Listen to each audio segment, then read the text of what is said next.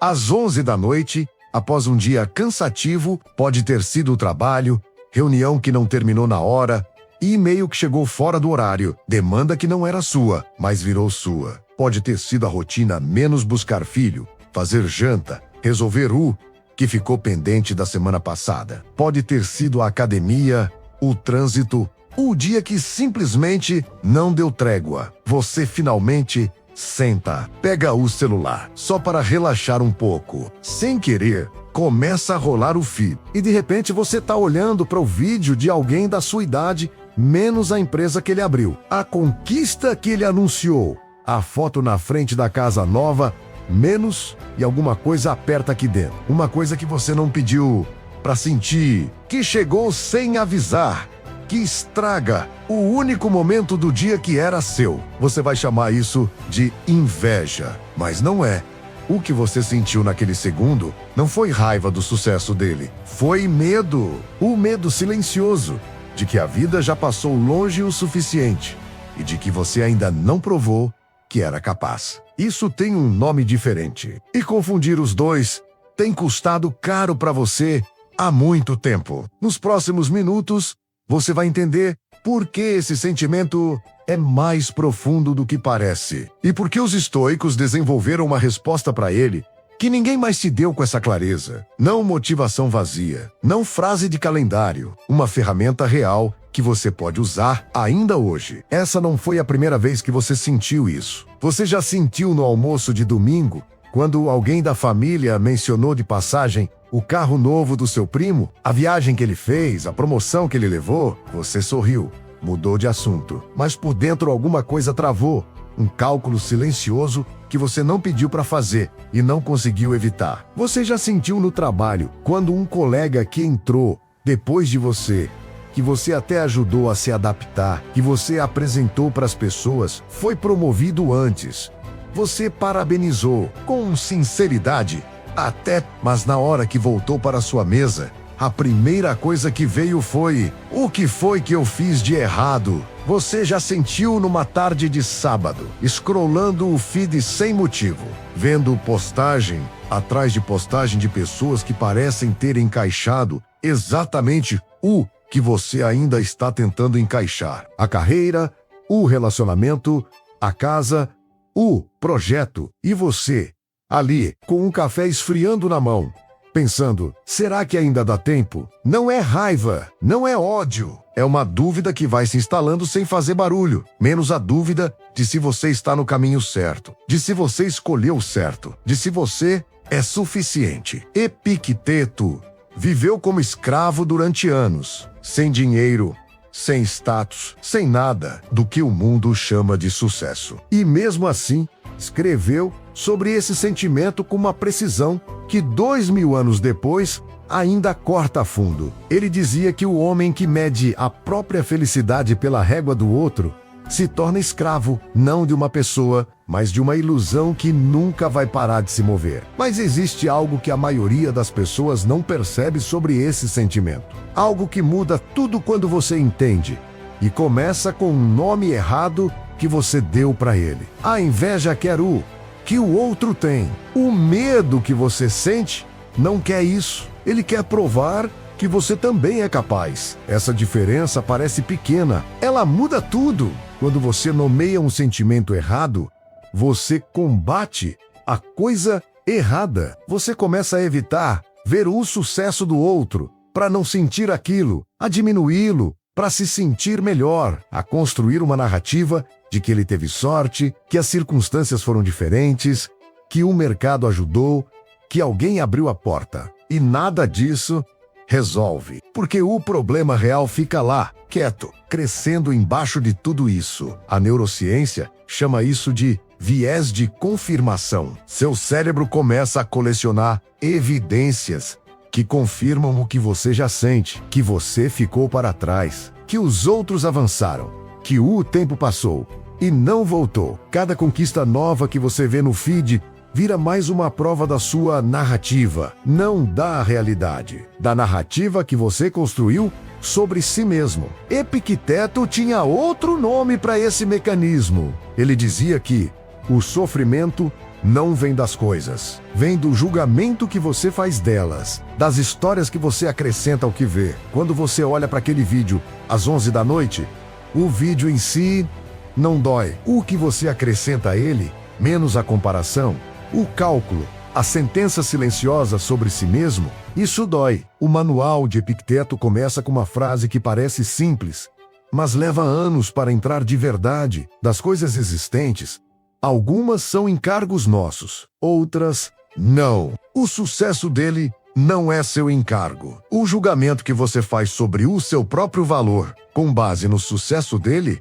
esse sim é seu encargo. E enquanto você não separar esses dois, vai continuar lutando com uma sombra menos e perdendo para ela toda vez. Mas entender isso no plano racional é diferente de mudar no plano real. Existe um mecanismo no seu cérebro que trabalha contra você. E ele é mais antigo do que qualquer filosofia. Você não decide comparar. Isso acontece em milissegundos, antes de qualquer pensamento consciente. Antes mesmo de você perceber que está fazendo isso, isso tem um nome: comparação social automática. Seu cérebro evoluiu para medir sua posição no grupo porque, durante milênios, estar abaixo da média do grupo era perigoso. Significava menos recursos, menos proteção, menos chances de sobreviver. O problema é que o grupo mudou. O grupo agora tem 6 bilhões de pessoas. E o Instagram mostra para você os melhores momentos dos mais bem-sucedidos do planeta inteiro, em loop, toda a noite. Quando você está exausto, com a guarda baixa, sozinho com seus pensamentos, depois de um dia que não parou, você não está comparando sua vida com pessoas reais. Você está comparando sua vida real, menos com todas as imperfeições, os atrasos, os dias difíceis, menos com a versão editada, com filtro com legenda escolhida, da vida de estranhos, e o seu cérebro não sabe a diferença. Existe uma cena que acontece com muita gente depois dos 35. Você encontra ex-colegas de faculdade num aniversário, num evento, numa reunião que rolou depois de anos. Todo mundo conta o que está fazendo. Você ouve, sorri, conta o seu. Mas enquanto está contando, uma parte sua está calculando, avaliando, posicionando, medindo o quanto você avançou em relação ao quanto eles avançaram. Não porque você seja competitivo ou raso, mas porque seu cérebro está fazendo exatamente o que foi treinado para fazer.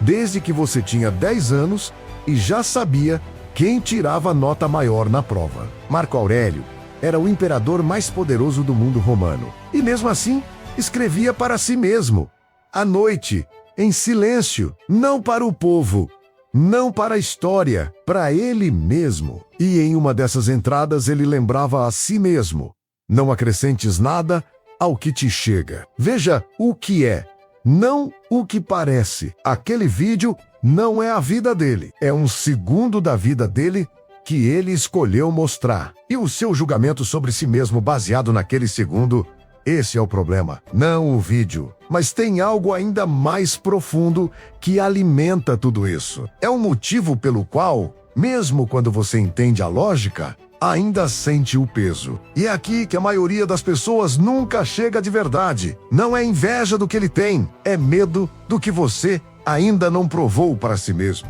A inveja olha para fora. O medo de não ser suficiente olha para dentro e não gosta do que vê.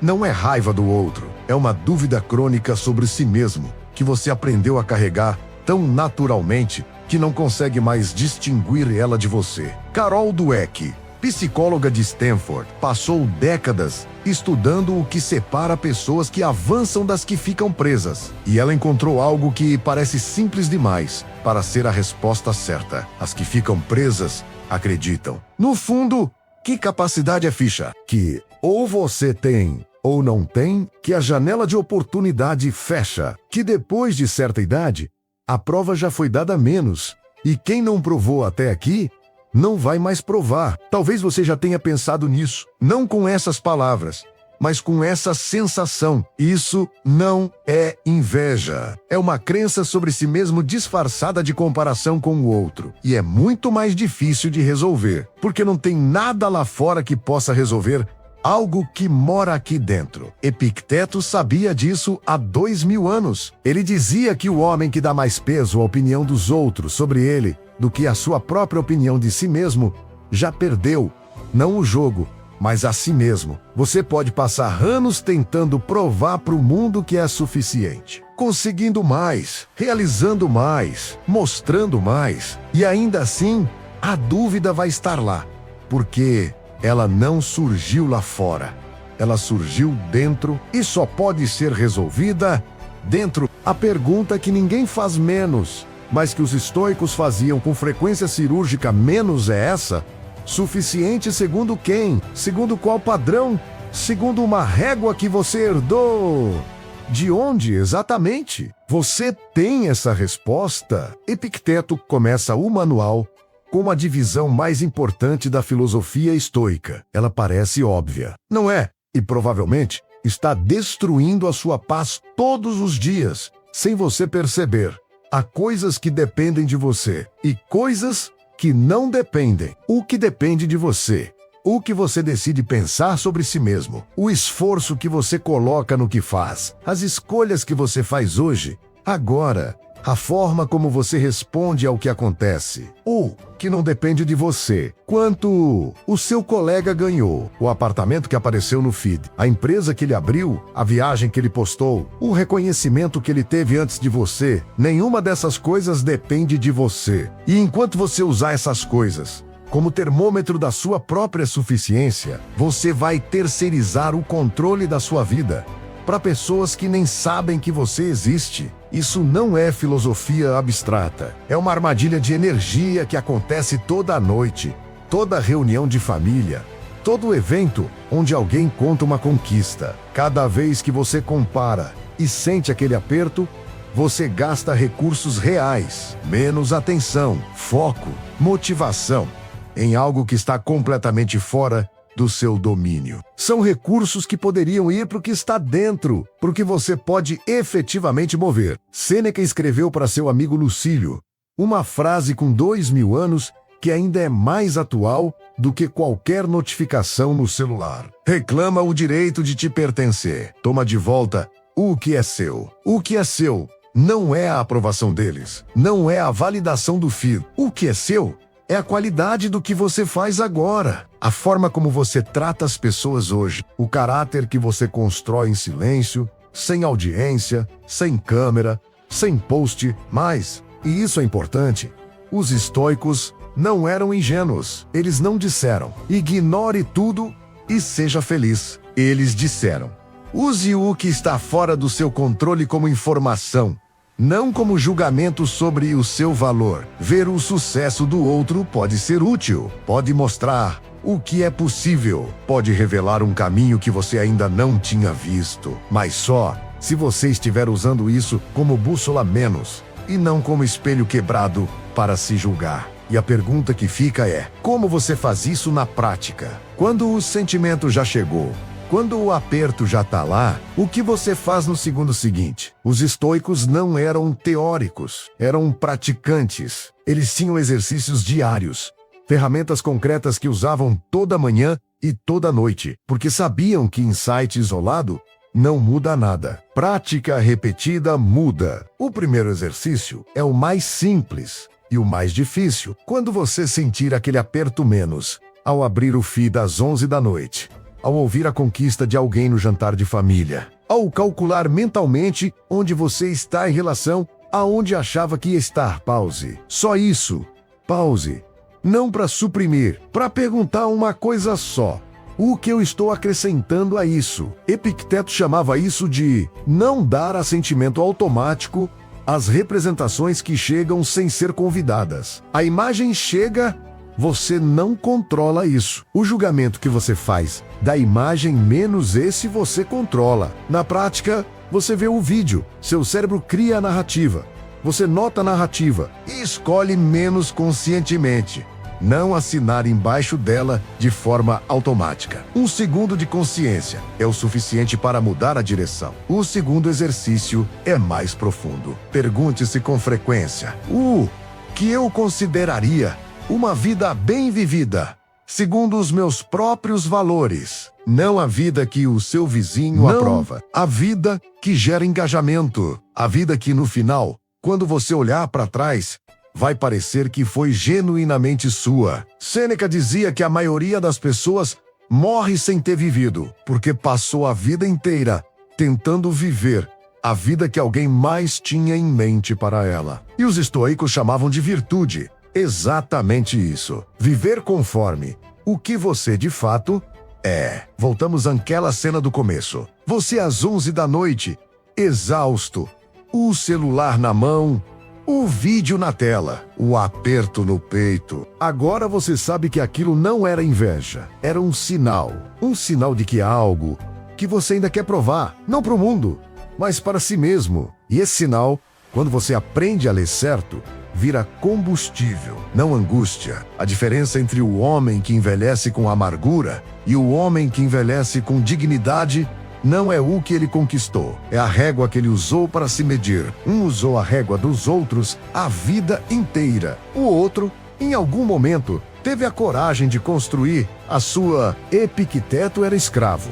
Marco Aurélio era imperador. Os dois chegaram à mesma conclusão. O único domínio real que você tem é sobre a forma como você usa o que está dentro de você. Isso não é consolo, é estrutura. Você vai continuar abrindo o Instagram, vai continuar vendo os sucessos dos outros. Vai continuar sentindo aquele aperto às vezes, mas agora você tem um segundo de consciência antes de ceder à narrativa. Um segundo é suficiente para mudar a direção. Os estoicos não prometiam ausência de sentimentos. Prometiam que você podia não ser arrastado por eles. Se esse canal tem chegado até você com conteúdo que vai fundo de verdade, considera se inscrever. Tem muito mais por vir.